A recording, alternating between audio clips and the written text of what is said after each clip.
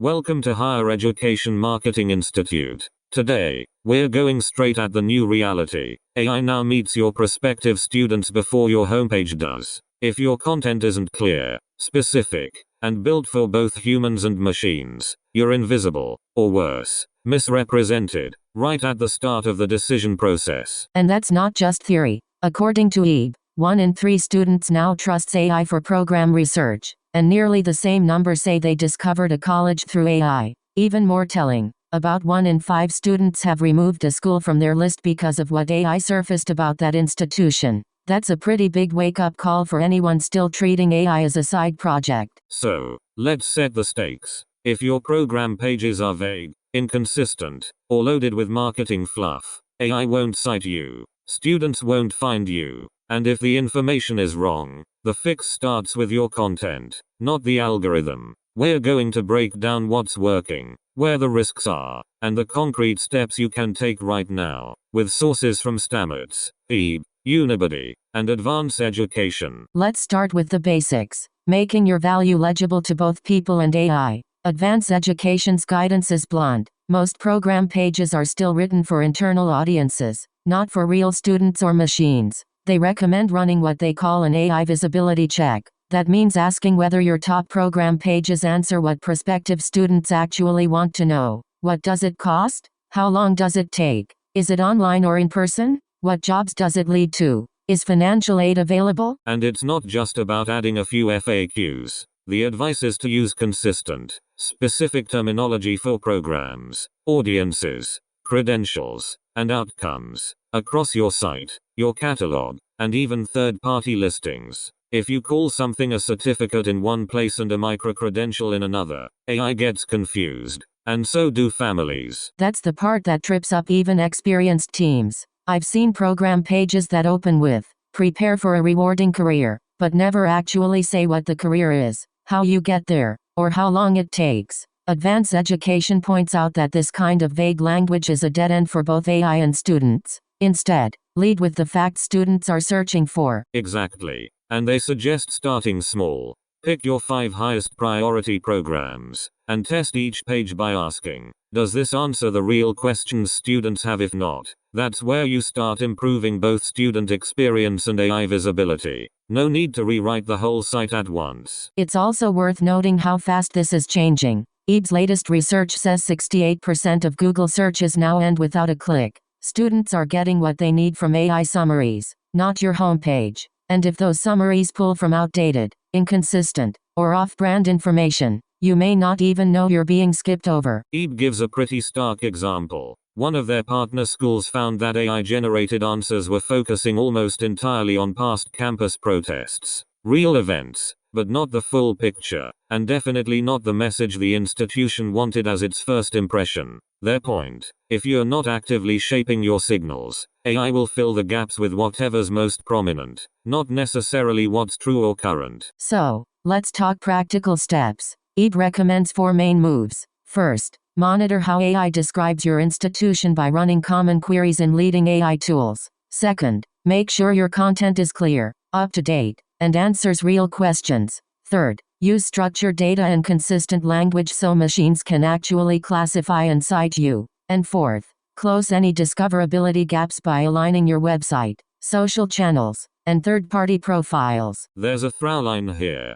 Clarity builds trust. That theme also came up at the EDU Web Summit, where speakers like Kristen Nichols from Massachusetts College of Liberal Arts and Laura Rudolph from Square One Consulting argued that clarity isn't just a communications strategy, it's an access strategy. Confusing language and jargon create barriers, especially for first-generation students. And that's not just about program pages. It's everywhere. Financial aid emails, admissions forms, event invites. Tony Marie Perilli at Fordham showed that simplifying and consolidating communications actually boosted engagement and reduced both student and staff overwhelm. Sometimes less is more, especially when students are already flooded with information. Let's pivot to the student journey. Chris Raposo's coverage of the Engage Summit outlined 4 priorities for higher ed leaders. Map the full student experience beyond just the funnel. Use AI to extend team capacity and speed up responses. Publish clear, expert content that answers real questions, and have leadership prioritize initiatives that measurably make students' lives easier. The test is simple. Will this actually reduce friction for students? That's a good filter, and it lines up with what Peter Cropper from Concord Career College said at EDU Web. Teams often define engagement differently, create disconnected handoffs, and make assumptions about student actions. The risk is that you optimize for your own process, not for what students really need. The opportunity is to align communications and operations around actual student behavior. Let's get concrete with campaigns. Stamats and Owens Community College ran a focused, agile campaign for adult learners that's worth unpacking. Tasha Hussein Black and Lisa Starkey Wood described how they set up a standalone campaign, separate from legacy systems, so they could test messaging and add delivery in real time. They focused on short-term certificates, which research showed were in high demand with adult learners. The key there was speed and flexibility. By running a separate campaign, they could pivot quickly based on live performance data. That meant dropping what didn't work and doubling down on what did, without waiting for endless committee sign-off. And the results were clear: more relevance, better efficiency, and faster learning. It's a model that probably sounds familiar to anyone who's ever tried to turn a battleship with a kayak paddle. And they didn't just guess at what adult learners wanted. They used feasibility studies and real-time feedback to validate their offerings. The takeaway is simple. Prioritize speed, data, and flexibility over rigid plans, and led with offerings that match immediate student goals, like short-term certificates. That's a real shift. For years, the default was to push traditional degrees first and treat certificates as an afterthought. But with adult learners, the demand is often for something faster and more targeted. Stamats' experience suggests that short-term certificates should outrank traditional degrees in adult learner marketing, unless your data shows otherwise. Let's shift gears to ambassador programs. Unibuddy's case study with Case Western Reserve School of Engineering is a masterclass in building a student ambassador program that actually works. Their starting point wasn't a vague hope for more connection. It was a specific, recurring request from prospective students, the chance to speak to a current student. The team used that as their brief and built the program around it. They didn't try to recruit from scratch, either. Dr. Brock Schroeder started with an existing graduate student leadership group, trusted, credible, and already engaged. From there, they grew intentionally, asking ambassadors to refer peers from underrepresented departments. And here's the detail I love. Referrals only paid out after the new ambassador stayed active for a full semester. That filtered for people who actually showed up, not just signed up for the resume line. Training was another key. Every ambassador had to complete a 30-minute onboarding session, covering what the role expects and how to handle tough questions. And ongoing training was built into regular recognition events, where ambassadors reflected on the questions they'd received and how they could have answered better. They also learned to rethink compensation. Instead of hourly pay, which became a payroll headache, especially for international students, they shifted to social events and award ceremonies. Turns out, most ambassadors valued community and recognition more than a small paycheck. That made the program sustainable, even with a lean budget. And the day-to-day management stayed light. Dr. Schroeder spent about 20 to 30 minutes a day checking on conversations and following up with quiet ambassadors. Because the group was small and well-trained, he could pull them into real-time introductions at events, making connections on the spot. The upshot: you don't need a huge team or budget to run a successful ambassador program. You need a clear starting problem, a trusted group, defined process, and the discipline to drop what isn't working. So, if you're thinking about launching or rebooting an ambassador program before fall, start with the actual requests you're hearing most from prospective students. Build around that, not around what you wish students wanted. Then, lock in your goals, roles, KPIs, and onboarding before the rush hits. And don't be afraid to roll out in stages and test before scaling, especially if you want to avoid high-stakes misfires when demand peaks. Let's circle back to where we started. AI as a primary discovery channel. If AI can't easily understand your programs, neither can humans. That's the uncomfortable truth. The fix isn't more ads or more content for the sake of content. It's renaming and restructuring until your programs are clear, specific, and consistent everywhere they appear. And if AI is misrepresenting your institution, EB is pretty direct. It's a content problem, not a model problem. Start by running your own visibility check. Ask the questions students ask, and see what AI answers. If the results aren't accurate or on brand, update your copy, metadata, and structured data until they are. Don't wait for the platforms to figure it out for you. So, here's the rapid-fire checklist for enrollment and marketing leaders. 1. Audit your top program pages for clarity and specificity. 2. Make sure your value proposition is legible to both humans and machines. Use consistent terms everywhere. 3. Treat AI as a real discovery channel, not a future experiment. 4. Build ambassador programs around actual student needs, with defined processes and staged rollouts. 5. Prioritize initiatives that measurably reduce friction for students, not just for your internal teams. And don't forget to mystery shop your own communications. Would a student who's never navigated higher ed know what action to take from your emails or your program pages? If the answer isn't an immediate yes, you have work to do. The goal is clarity, not cleverness. Final word. AI isn't coming for higher ed marketing. It's already here. The institutions that adapt now, with student-first content and operational clarity, will be the ones that show up in both rankings and citations. The rest risk being left out of the conversation entirely. And as always, if you're feeling overwhelmed by all the change, remember, you don't have to do it all at once. Start with your biggest visibility gaps. Test, learn, and keep your focus on what actually helps students make better decisions. Everything else is optional. Thanks for joining us. For more on these topics, including links to the research and case studies we discussed, check the show notes.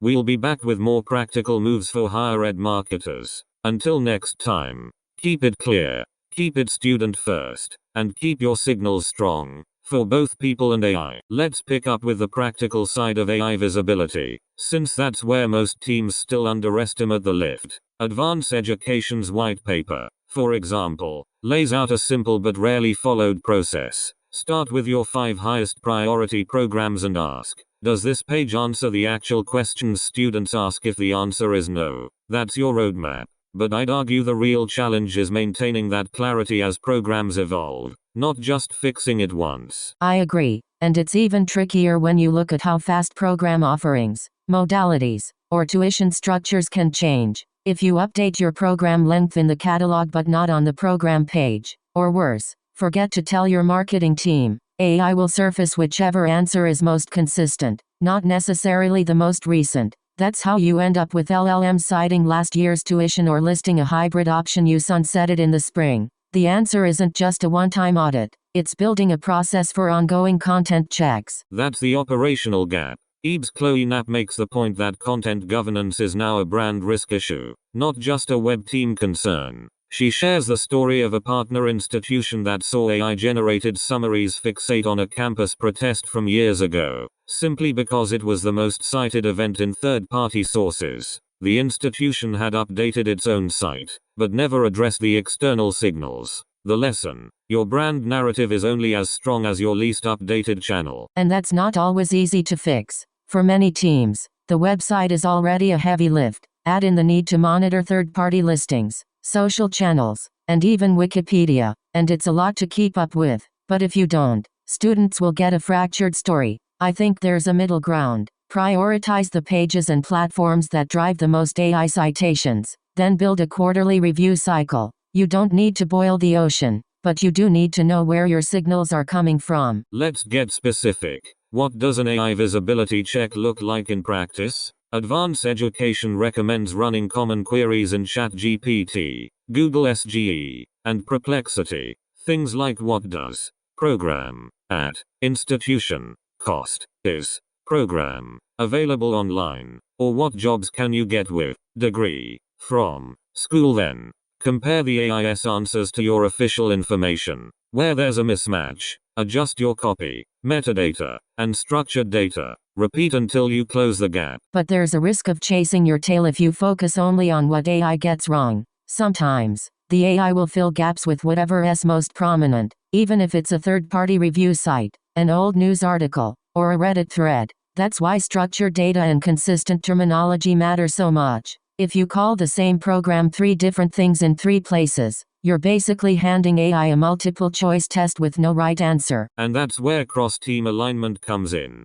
Kristen Nichols and Laura Rudolph's point at EDU Web, That clarity is an access strategy. Applies internally too. If admissions, marketing, academic affairs, and IT aren't using the same terms, you're guaranteed to confuse both students and machines. The fix isn't just a style guide, it's regular cross-functional reviews. Is it tedious? Sometimes. But it's cheaper than watching your application numbers drop because of discoverability issues. I'd add that the best teams treat this as an ongoing operational discipline, not a one-off project. Look at the Owens Community College and Stamats Adult Learner campaign. Their success wasn't just about launching a standalone initiative, it was about real-time testing, feedback loops, and the willingness to drop what wasn't working. They built in speed and flexibility, but also made sure every change was grounded in live data and student feedback. That's a good segue to campaign agility. One lesson from Stamats and Owens is that adult learner segments respond to different signals than traditional undergraduates. For example, short-term certificates outperformed traditional degrees in their initial campaigns, because adult learners wanted skills they could use right away. The team didn't guess. They led with research-validated offerings, then pivoted in real time based on what worked. That kind of agility is rare in higher ed, but it's becoming table stakes. And sometimes the data contradicts what leadership expects. There's still a bias in some institutions to lead with the flagship 4-year programs, even when adult learners are showing up for micro-credentials or certificates. Stamats results show that if you want to serve adult learners, you have to let the data, not tradition, drive your campaign priorities. Otherwise, you're wasting budget and missing your best fit prospects. There's a trade-off, though. Focusing on short-term credentials can be a political challenge. Faculty and senior leaders may worry it devalues traditional degrees or dilutes the brand. But the market is clear. If you don't offer what adult learners want, someone else will. The Owens campaign didn't abandon degrees, but they put certificates front and center for the right audience. That's a model worth considering, even if it means some tough internal conversations. That's the tension, balancing institutional identity with market reality. One way to manage it is by segmenting your campaigns. Use Agile, standalone efforts for fast-moving audiences like adult learners, while maintaining your broader brand message elsewhere. The key is that both streams need clarity, specificity, and alignment with actual student needs. Otherwise, you're just adding noise. Let's shift to student ambassador programs. Since Unibuddy's Case Western example is one of the best documented playbooks out there, the program didn't start with a vague goal of building community. It started with a clear, unmet request. Prospective students wanted to talk to current students, especially about funding, faculty research, and off-campus living. That specific need shaped everything from recruitment to training to compensation. And the operational details matter. Dr. Schroeder didn't open up applications to everyone.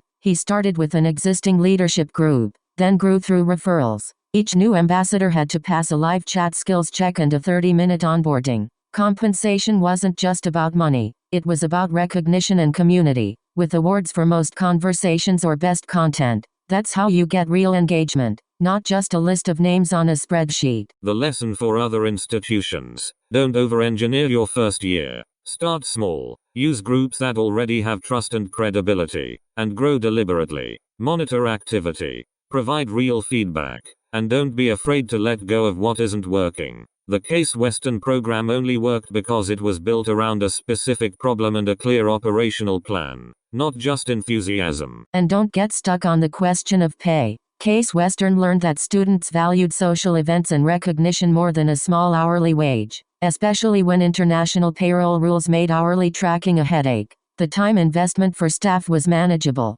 20 to 30 minutes a day, because the group was small and well-trained. That's a scalable model, even for teams without a big budget. Let's talk about content clarity beyond the website.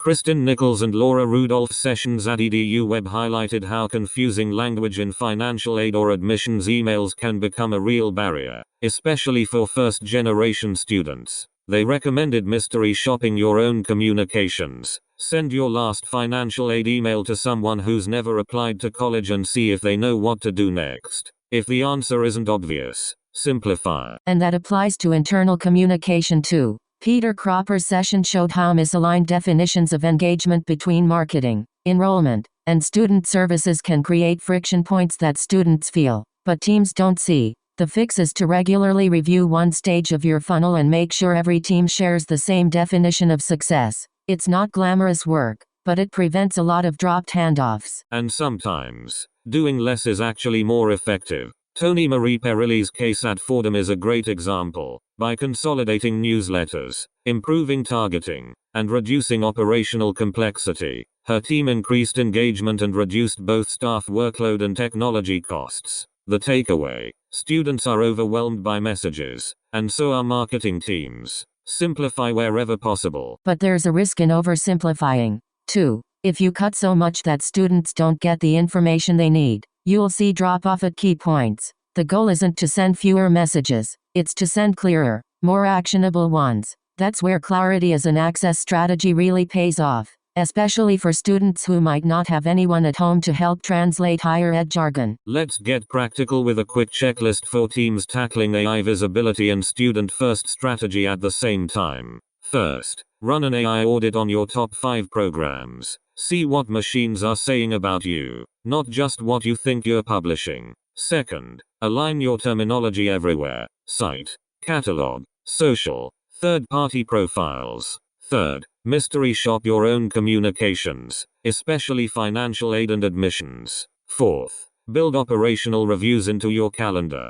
Don't rely on one-off fixes. And don't forget to monitor what's happening off your own platforms. Wikipedia, review sites, and even Q&A forums can become the source material for AI-generated answers. If you spot outdated or misleading info there, work to update it. You can't control everything, but you can improve your odds by being proactive. One last point from the EB research: in a zero-click world, your homepage isn't the front door anymore. Students are making decisions based on what AI surfaces, often without ever visiting your site. That makes your signals, structured data, FAQs, accurate program names, even more important. If you're not showing up in those answers, you're not even in the consideration set. And if you feel like you're always behind, you're not alone. The pace of change is fast, and most institutions are still catching up. The good news is, you don't need to overhaul everything at once. Start with your biggest visibility gaps, test solutions,